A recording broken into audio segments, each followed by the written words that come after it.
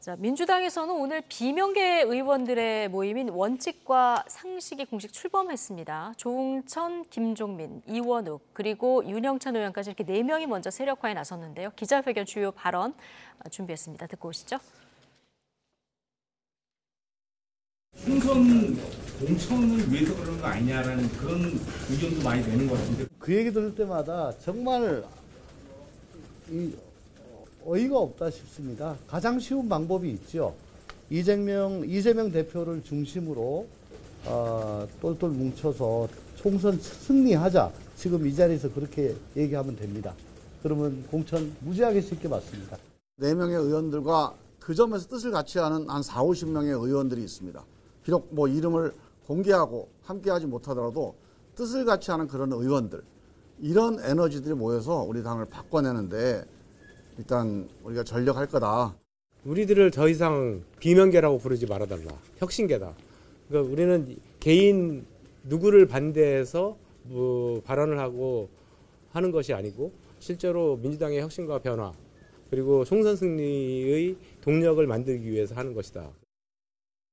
일단 혁신계로 불러달라 이렇게 얘기했는데 4명이 일단 당 내에서 먼저 세력화를 이제 시작을 한 거죠. 저는 이제 얼마큼의 추동력과 세력이 확장될지는 좀 지켜봐야 될 것 같습니다. 그러나 저분들은 제가 볼 때 오늘 원칙과 상식인가요? 원칙과 상식 공식 출범함으로써 이재명 체제 하에서는 더 이상 같이 하기는 힘들다는 걸 사실은 대외적으로 공포한 거라고 봐야 됩니다. 그러나 이제 저분들이 어느 정도 힘을 받고 동력을 모아서 어느 정도까지 일을 해낼 수 있을지는 두고 봐야 됩니다. 그렇기 때문에 저는 저분들이 그동안 민주당 내에서 이재명 대표의 이른바 방탄정당 그리고 사법 리스크에 이재명 대표가 그 공당을 이렇게 활용하는 그런 좀 사욕을 채우는 그런 정당 이런 것들에 대해서 계속적으로 비판을 해왔고 강성 팬덤들 특히 개딸로 표현되는 강성 지지층에 대해서 계속 각을 세워왔던 분들이기 때문에 저는 개인적으로 저분들의 주장과 어떤 입장에 대해서 개인적으로 동의합니다만 실제로 현실 정치 속에서 이재명 대표 체제라고 하는 야당의 이렇게 특히 이제 구속영장 기각이 위해서 사실은 천하통일은 이재명으로 다 된 거예요. 모든 사람이 친명파리를 다 하고 있지 않습니까? 그런 상황에서 과연 저분들이 당내에 있으면서 그런 친명계에 일색화된 당의 구조 속에서 어느 정도 살아남을 수 있을까? 그건 제가 볼 때 두고 봐야 될 대목인 것 같습니다. 만약에 그 안에서 지금은 그 안에서 혁신과 변화를 하겠고 총선 승리를 이끌겠다고 합니다만 힘에 붙이면 그 다음 수순을 또 고민하지 않을 수가 없죠. 그 다음 수순 탈당입니까? 지켜봐야 될 것 같습니다. 지켜봐야 될 것 같다.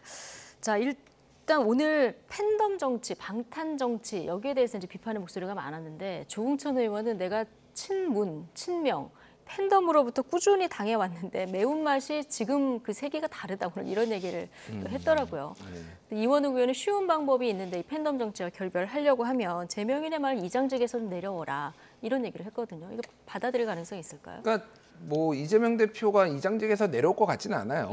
그거는 이재명 대표가 이제 자신의 지지자들의 바라보는 시각과 이분들이 바라보는 시각이 좀 너무 극명하게 차이가 나는 것 같습니다. 그리고 사실 이재명 대표가 지금까지 당내 비주류에서 주류로 커오면서 가장 큰 버팀목이 됐던 거는 열정적으로 묻지도 따지지도 않고 계속 지지해줬던 이분들이 큰 원동력이잖아요.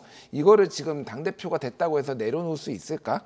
현실적으로도 뭐 이거의 긍정, 부정을 떠나서 뭐 그런 생각이 듭니다. 그래서 이거를 지금 나름의 방식으로 이재명 대표는 뭐 읍소도 하고 경고도 하고 그러면서 뭐 일부는 징계도 주고 그러면서 이제 강성 팬덤을 누르려는 모습을 내가 보여주고 있다라는 노력은 해오긴 했어요. 지난번 뭐 수박 그 시위 사진도 올리면서 하지 말아라 이런 얘기도 사실 하긴 했는데요. 근데 이제 불충분한 거죠. 사실은 불충분한 거고 또 하나는 그 전에도 제가 말씀드렸지만은 사실은 이게 민주당의 열성 지지자들의 어떤 세계관 같은 것들이 이게 좀 확고하게 좀 자리 잡고 있어가지고 이 부분을 깨는 게 굉장히 어렵습니다. 사람의 세계관을 깨는 건 어렵거든요. 거기에 사실은 이재명이 있는 건데 이재명도 결국은 교체 대상이에요. 교체 대상이라는 게 누구냐면은 누군가가 없어지면은 누군가를 다시 채워 넣습니다. 그 팬덤이라는 게 속성상.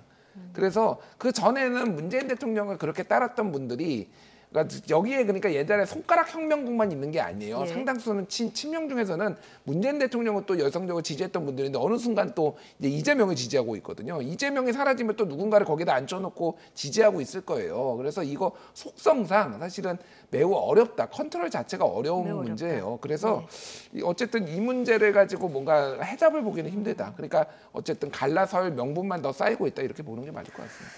우리 4명 의원뿐 아니라 뜻을 같이 하는 의원이 40명에서 50명 정도 된다고 했어요. 딱 그 예. 그 얘기인즉슨 뭐냐면은 이게 그러니까 정치인들의 발언들이 약간의 소위 말해서 뻥카들이 다 좀 이렇게 들어가 있거든요. 그 단어를 굉장히 많이 쓰시는데. 그러니까 왜 그 단어가 이제 좀 나왔으니까 네. 제가 뭐 이거 비하하는 게 아니라 그러니까 그런 겁니다. 이준석 대표가 뭐 몇 명을 만났다 이런 것도 사실은 일종의 새과시 같은 거잖아요. 네. 그게 디테일하게 거짓말을 한 게 아니라 얼마나 깊이가 있고 얼마나 얘기가 됐는지 여부는 공개가 안 되니까 40명, 50명은 정확하게 얘기를 하면은 가결표 던진 표예요. 가결표나 기권표 던진 표가 딱 요 정도 예. 인원으로 추상이 되고 있습니다. 지난번에 체포동의안, 그러니까 그 정도가 같이 얘기를 해볼 만한 사람이다라고 이제 비명계 쪽 이쪽에 이름은 뭐였죠? 이제 그렇게 뭐 혁신계로 불러달라고 했으니까 혁신계에서 이제 생각하고 있는 거고 예. 실제 탈당까지 이어지는 거는 완전 다른 얘기죠. 그러니까 왜냐하면 지금은 사실은 수도권에서는 민주당에서 공천받는 게 가장 의원되기 쉬운 길인데 이분들이 공천도 어렵고 뭐 여러 가지 이런 상황으로 인해서 같이 하기 힘든 거지. 그래서 탈당 규모는 매우 작을 겁니다. 하더라도. 세를 뭐 의견을 같이 한다 하더라도 만약에 지금 이 네 분이 모여서 이 세력화를 한 분들이 오늘 김종민 의원은 한 달 안에 뭐 변화를 위해서 결단해야 된다 이런 얘기를 했거든요. 예. 그럼 한 달 안에 변화가 없으면 혹시 뭐 탈당도 염두에 둔 건가 이런 뭐 얘기가 나왔는데 여기 탈당까지 따라 나갈 의원은 많지 않을 것이다 이렇게 보시는 거군요. 일단은 없을 겁니다. 그러니까 이분들 빼놓고는 많지 않을 게 왜 그러냐면 한 달이 계속 나오는 이유가 결국은 이게 이인재 방지법 때문에 만약에 공천에서 떨어지면 출마 못하게 돼 있잖아요. 그러니까 그것 때문에 어차피 지금 어떤 방식으로든 떨어뜨리려고 아예 맨날 뭐 유튜브 방송 친명 유튜브 방송에서는 얼굴 걸어놓고 여기에 누구한테 표 주십시오 막 이런 거 매일같이 하고 있는데 이분들은 그러니까 아예 심적으로는 사실은 탈당이라고 보면 될 것 같고 나머지 분들은 거기까지는 안 간 상황이니까 이제 차라리 당에서 공천 받으려고 하겠죠. 그러니까 그 부분은 조금 많이 스탠스가 다를 겁니다. 예. 우원식 의원은 지금 이렇게 싸울 때냐 뭐 오늘 이런 비판의 글도 남겼던데 자, 이 네 분 중에서 윤영찬 의원 나중에 합류를 했고 네. 이낙연 계잖아요. 네. 이낙연 전 총리도 지금 뭔가 움직임이 있을까요? 뭐 조금씩 움직이고 있다는 소리도 들리고 일정하게 이제 기사들도 좀 나오고 합니다만 제가 보기에는 여전히 이낙연 전 총리의 그 민주당 내 구심력이라는 게 이렇게 크진 않은 것 같아요.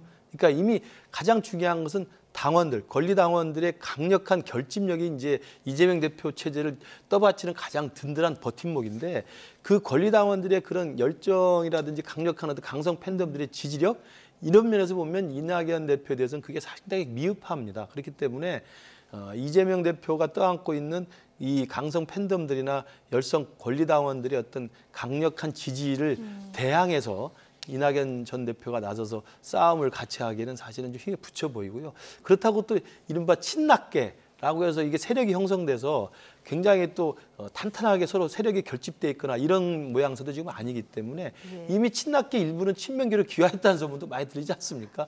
이제 그런 측면에서 보면 이낙연 전 대표의 움직임이 없어진 건 아니고 계속 존재합니다만 지금의 국면에서 이재명 지도 체제를 이렇게 위협할 만한 그런 정도의 어떤 구심점으로 작동하기는 어렵지 않겠나 생각합니다. 지금 상황은 개인적으로 그래 보인다. 생각합니다. 예.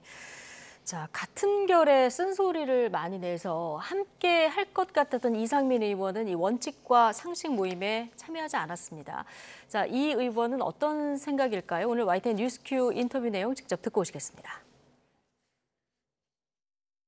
혁신을 요구할 단계는 지났다고 보는 겁니다. 내부 총질이니 뭐 배신자니 또는 뭐 징계를 운운하는 소리까지 들으면서 저를 포함해서 거기 계신 의원들 또 다른 의원들도 여러 차례 얘기를 했거든요. 네.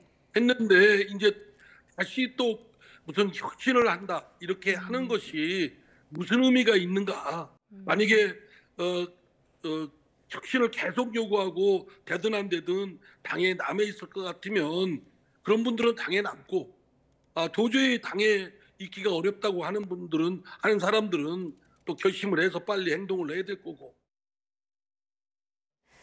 이 의원은 그러니까 당에 남아서 혁신을 요구할 단계 이미 지났다. 이렇게 보는 점이 앞에 그 네 분하고 좀 차이인 것 같아요. 네, 그러니까 얼리 아답터죠. 저분이 얼리 이제 먼저 받아들이고 먼저 움직이시는 분이고 뒤에 이제 따라오는 거니까 이상민 의원은 뭐 심지어는 뭐 국민의힘 가는 것도 배제하지 않는다 이런 얘기를 했잖아요. 그 얘기는 국민의힘을 가겠다라는 게 아니라 내가 뭐든지 할 수 있다. 그 얘기는 정의당도 갈 수 있고 녹색당도 갈 수 있고 국민의힘도 갈 수 있다는 얘기인데 그러니까 어느 선택을 하든 지금 민주당에 있는 것보다 낫다 이렇게 생각하는 그러니까요. 그 얘기를 정확하게 이제 한 건데 네. 그 정도로 이제 강경한 거죠. 그래서 모든 시점은 어쨌든 뭐 만약에 탈당이 이루어지면은 이상민 의원이 가장 먼저 할 것은 좀 굉장히 분명해 보이고요. 네. 그래서 모든 시점은 지금 다 12월 말로 그래서 모든 게 다른 데서 이준석이 예를 들면 뭐 그러니까 이참에 혁신위가 제대로 가면은 혁신위도 12월 24일 날 종료되고 네. 이준석 대표가 12월 27일 날 얘기한다 그러고 유승민 의원도 12월까지 지켜보겠다 그러고 예. 지금 비명계도 지금 12월 얘기 나오고 있고 다 12월로 모이고 있습니다. 그러니까 이게 그러니까 어떤 식으로든 12월이 네. 지나면은 다 판이 열릴 거고 여기에서 이제 합종연행과 이합집산이 큰 판이 열리면서 이제 될 거라고 이제 짐작을 할 수가 있는 거죠. 얼리 어답터 이상민 의원 그러면 나가서 누구랑 합류할 가능성이 가장 커 보입니까? 지금 상황에서. 저는 모르겠습니다. 이상민 의원이 뭐 그 민주당 내에서 계속 쓴소리 또 옳은 소리를 해왔습니다만 지금 이 원칙과 상식에는 합류하지 않고 제가 볼 때 이미 이제 이상민 의원의 아까 그 인터뷰 내용을 보면 그 안에서 더 주장할 의미는 없다고 생각했기 때문에 이제 네. 심리적으로 탈당이 된 상태죠. 이미 이제 당은 떠나겠다는 결심을 쓴 것 같고 그러면 이제 당을 나와서 어디로 갈 것인가를 놓고 이제 고민이 현실적으로 진행될 수밖에 없는데 두 가지 안이 있겠죠. 하나는 이준석 신당에 나온다고 한다면 이준석 신당과 같이 할 수 있는 가능성을 타진해보고 그것이 본인의 정치적인 미래에 도움이 될 것인지를 현실적으로 따져볼 것이고요. 두 번째 안은 어제도 계속 인터뷰에 나왔습니다만 국민의힘도 배제하지 않는다는 이야기를 하는 것은 이런 말씀드리긴 그렇습니다만 조경태 의원의 길을 모색할 수 있는 거죠. 조경태 의원도 민주당에서 예. 3선인가 4선까지 하고 계속 비주류로 거기서 힘겹게 존재를 했었습니다. 그러다가 결국은 국민의힘으로 넘어와서 지금 의원직을 계속 유지해서 왕성한 의정 활동을 하고 있기 때문에 저는 또 바로 그 길을 또 가능성에 둘 수도 있다. 그래서 두 가지 가능성을 길을 두려면 전제가 이제 국민의힘이 변해야 된다. 이런 그렇죠. 전제가 당연히 좀 그렇겠죠. 있어야겠죠. 예. 예. 알겠습니다. 자, 민주당 얘기 하나 더 해볼 텐데 지금 탄핵 얘기를 굉장히 많이 하는데 오늘 한동훈 법무부 장관의 탄핵 관련해서 좀 이 TF하고 지도부하고 좀 엇박자가 났어요.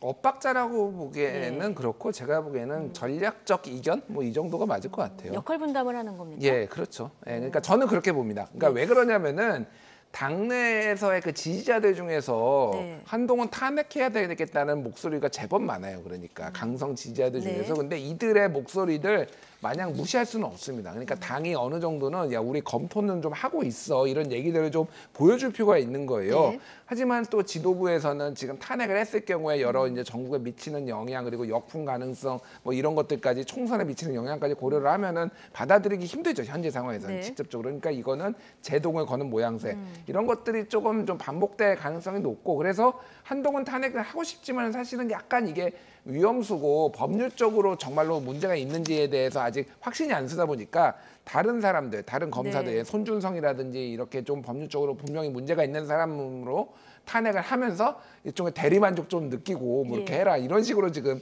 좀 흘러가고 있는 것 같아요. 그래서 탄핵 카드는 계속 만지작거리긴 할 겁니다. 근데 특히 한동훈 탄핵은 뭐 실제 실행에 이어지기는 저는 굉장히 어렵다고 개인적으로 보고 있습니다. 근데 전날 원내대표가 한동훈 장관에 대한 탄핵 뭐 관심 없다 얘기했는데 오늘 민주당 내 검사범죄 대응 TF가 있잖아요. 이 TF 단장인 김용민 의원은 이 탄핵을 적극 검토하겠다는 또 이런 얘기를 해서요. 그러니까 좀 강성의 이른바 철험회 소속 의원들의 이제 좀 생각과 지도부의 생각은 좀 차이가 있는 것 같아요. 그래서 사실은 뭐 엊그저께 이원석 검찰총장 탄핵 이야기도 불쑥 민주당 내에서 예. 튀어나왔다가 또 원내 지도부에서는 다시 또 주워 담지 않았습니까? 그런 일은 검토된 적 없다라고 이야기를 했기 때문에 지금 저는 민주당이 탄핵의 딜레마에 걸려있다고 생각을 합니다.